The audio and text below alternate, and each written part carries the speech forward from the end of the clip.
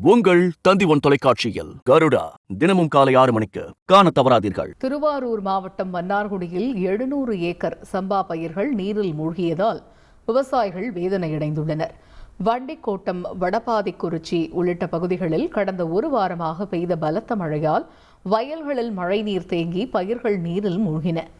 3 நாட்களாக தண்ணீர் வடியாத நிலையில் பயிர்கள் அழுகி சேதம் ஏற்படுமோ என விவசாயிகள் அச்சமடைந்துள்ளனர். தமிழக அரசு உரிய கணக்கெடுப்பு நடத்தி பயிர் காப்பீடு மற்றும் நிவாரணம் வழங்க வேண்டும் என்றும், கோரையாறை முழுமையாக தூர்வாரி ஆழப்படுத்த வேண்டும் என்றும் கோரிக்கை விடுத்துள்ளனர்.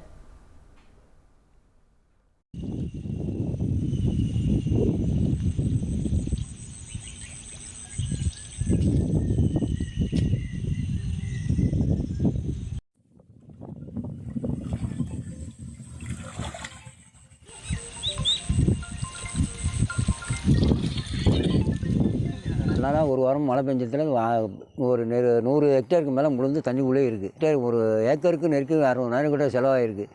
அரசாங்கம் ஏதாச்சும் உதவி பண்ணி கோரையாற்றை தூர்வாரி அதை சரி பண்ணி கொடுக்கறதுக்காண்ட அரசு ஆயத்தமாக ஏதாச்சும் ஒரு உதவி பண்ணணும். மொத்தத்தில் கோரையாறு தூர்வாரணும். நான் 6 பூரா அடைச்சி போயிருக்குல்ல. உங்கள் தந்தி1 தொலைக்காட்சியில் கருடா தினமும் காலை 6 மணிக்கு காண தவறாதீர்கள்.